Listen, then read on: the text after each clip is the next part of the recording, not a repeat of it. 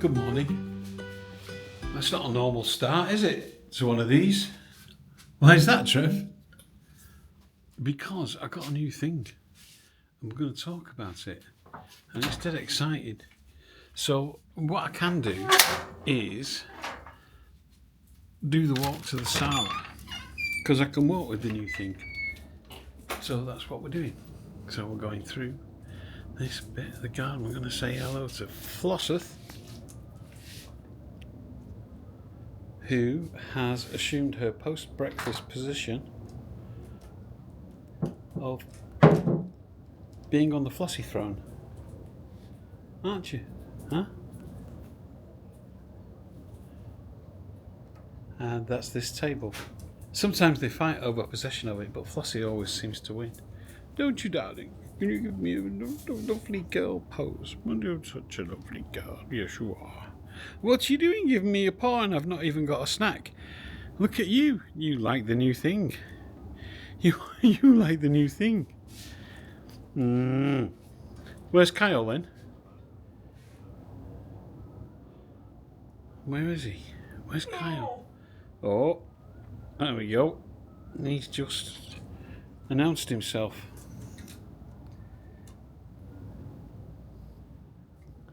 Good morning, handsome boy. Good morning, Kyle. Kylie. Oh, what you doing?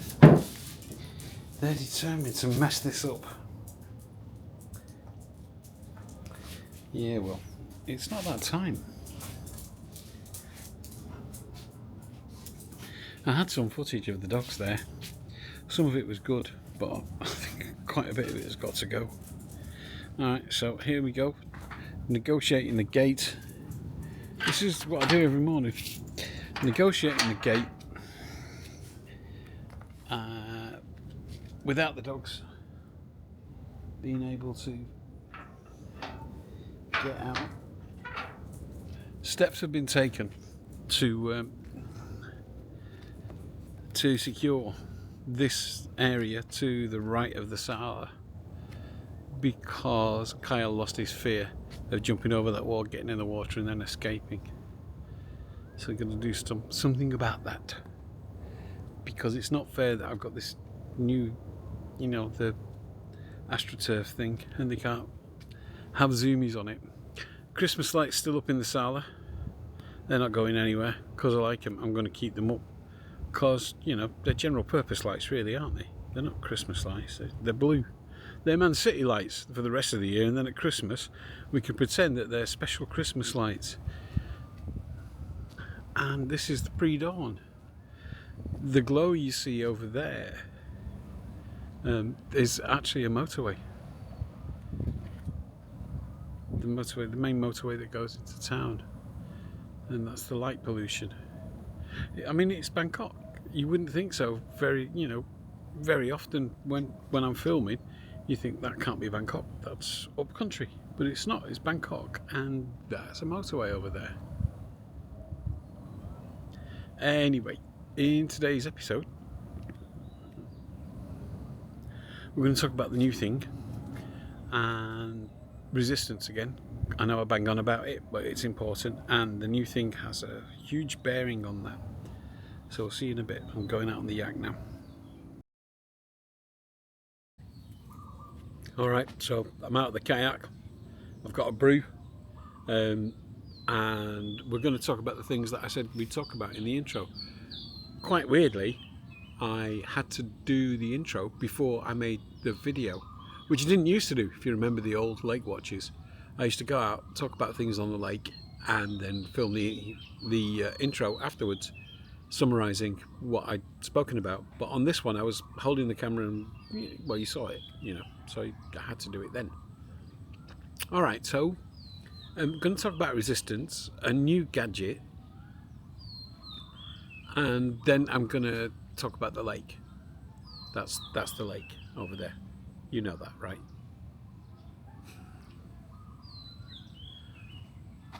So resistance, if you remember, a quick recap, Stephen Pressfield wrote this fantastic book called The War of Art.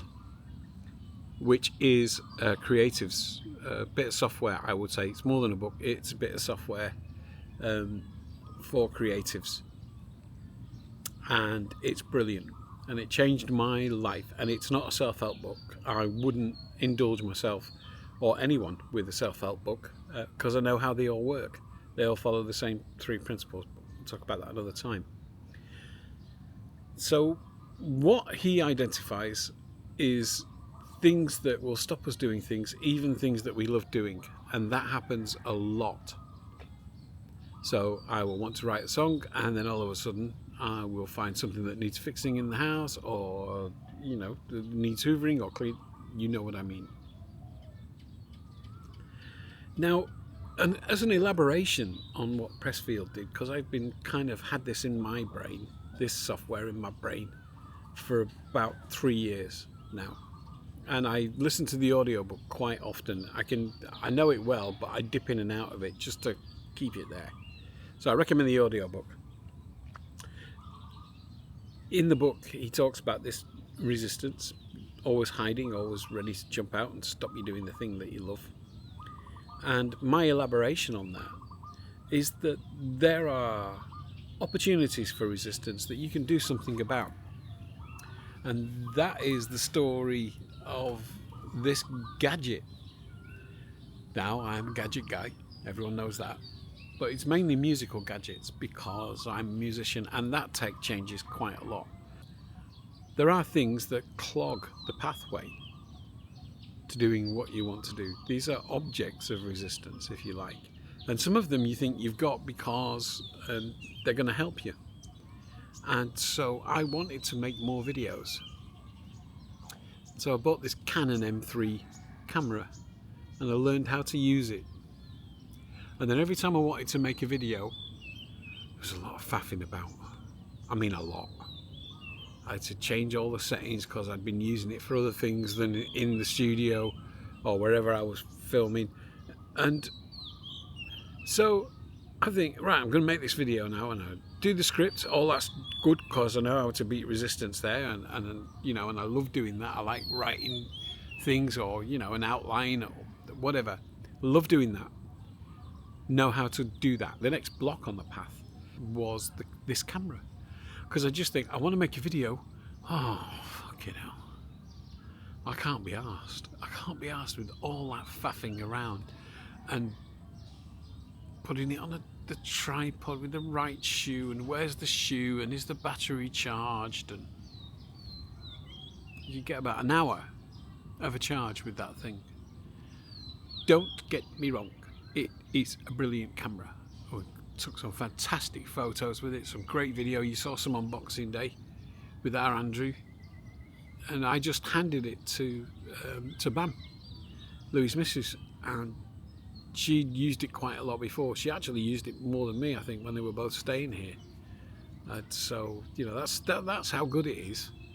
But that's shooting family stuff. To shoot the stuff in the lit part of the studio, which I built to record video,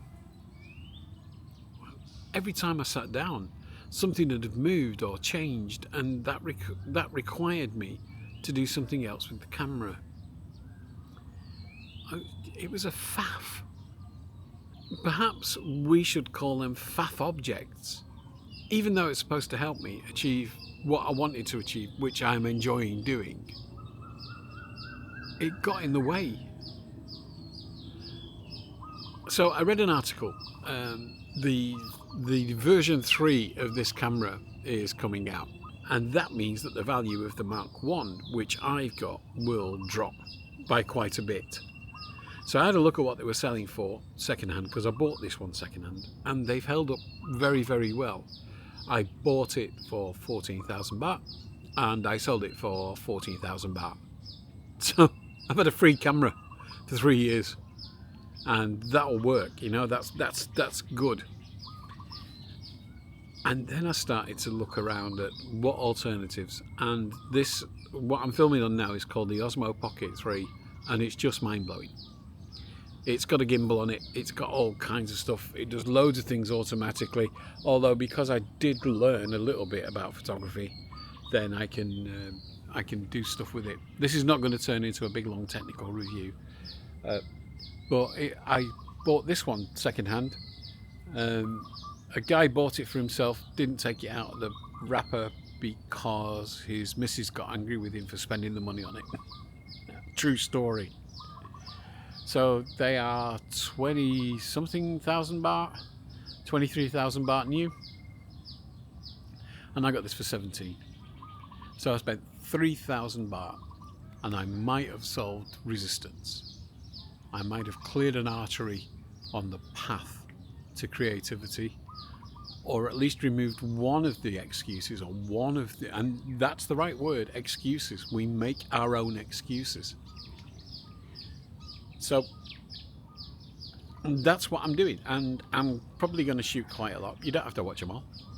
I'll try and keep them interesting and funny. But I'm learning. Teeth ain't working. Told you it's this time of the morning. So I'm learning how to use some of the other things. The tracking. I mean, being mobile and having this gimbal follow me around is interesting, and I like it. So look at that. And it's auto focused on me. What I'm going to talk about today is what's over my shoulder there, which is first world problems, I think they call them. Oh, the trials and tribulations of living on the shore of a lake, by Trev. So yeah, the first world problem. Because it's been New Year, there's been parties on the lakeside, and if the tide, well, there's no tide, but you know, if the lake's kind of flowing in the wrong direction, then garbage piles up on this side of the lake. It piles up on the other side sometimes. It's okay, because I've got a net. No, that's not a woman. It's an actual net. And I've got me, I've already got me lake shoes on. Hang on, can I get them in? They're my lake shoes, which are basically a sealed slipper with a rubber sole. These are knackered, I've just ordered a couple more. £2. £2 a pair. Anyway, so we've got some garbage. And the other thing is that you've probably noticed already. We've got dead fish, and that's another problem. The fish die in the lake all the time. When I'm out on the kayak, I'll see, you know, one or two floating. And it's the circle of life. Because of the garbage has flowed this way, then fish have. Why is that a problem, Trev? You know, decay, nature, all of that. You see, you like all that, right? I do, but it stinks. And these are absolutely minging. Yeah, they ming, they affect the sala. They affect my enjoyment of the sala because it makes the sala very smelly. It makes the whole garden very smelly. In fact, if you walk down the street, you can smell the minging fish. We should call it Mingy Fish Street. What's going on over there? It's got the neighbour. He's checking his traps. And now here's a man with the constitution of a Man City fan. Oh no, actually an Arsenal fan, because they ain't won out for 20 years. Their fans think that they're the best team in the world. And he's been checking his trap every morning for 5 years. And I think I've seen him catch 4 fish. Mi mai phi? Mi pla mai? Mai mi lo.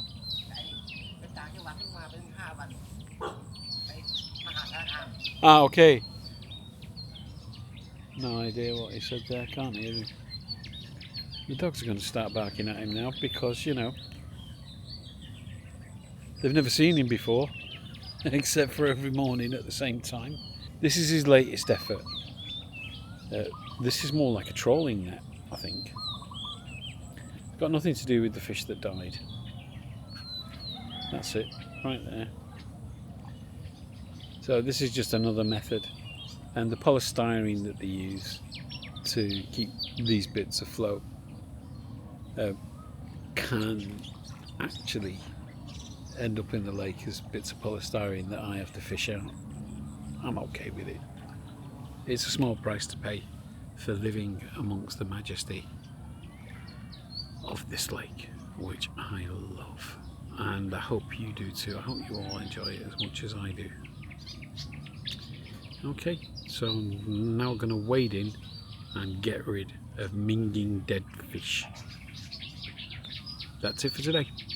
I love you all. Bye.